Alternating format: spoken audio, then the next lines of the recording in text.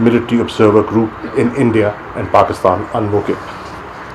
Pakistan also continues to host 3 million registered and unregistered Afghan refugees, which remains one of the most protracted refugee crises in the world.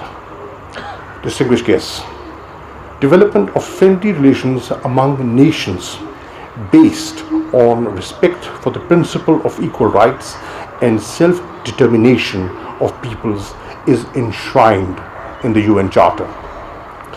It is deplorable that these universal ideals continue to be violated and defied with impunity, nowhere more conspicuously than in the Indian illegally occupied Jammu and Kashmir, where a just struggle of a people to realize their inalienable right to self-determination is being suppressed with brutal use of force. India's gross and systematic violations of human rights in the Indian occupied Kashmir have been extensively documented by international human rights and humanitarian organizations, as well as the Office of the High Commissioner of Human Rights in its successive reports. Led by Hindutva ideology, the BJP RSS regime in India is incessantly resorting to aggressive posturing against Pakistan and other neighboring countries that seriously imperils national peace, regional peace and security.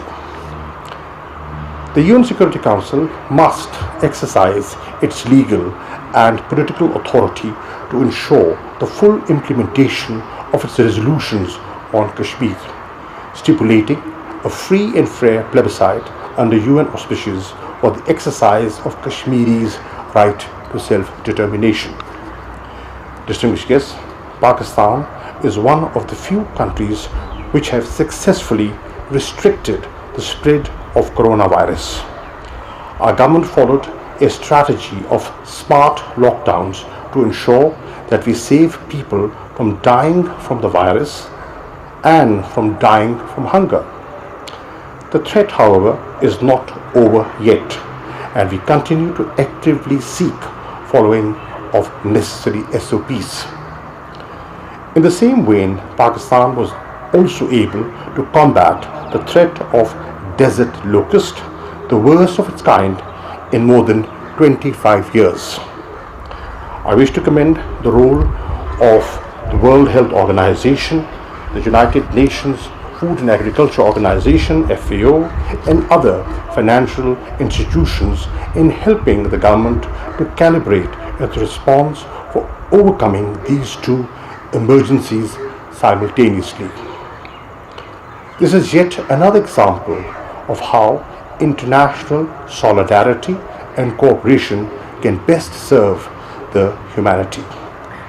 I also thank all other UN agencies, funds and programs working in the country for their partnership with Pakistan in helping us advance our socio-economic development objectives. We will continue to work with the UN Secretary General and the remarkable UN country team in Pakistan, ably led and coordinated by Julian Harness, for the attainment of sustainable development goals. Lastly, given the presence here of a large number of heads of missions based in Islamabad, I take this opportunity to reiterate our Pakistan की पहली taekwondo Olympian Maham Aftab Islamabad में इंतकाल कर गईं। वो brain tumour के RJ में मुब्तला थीं।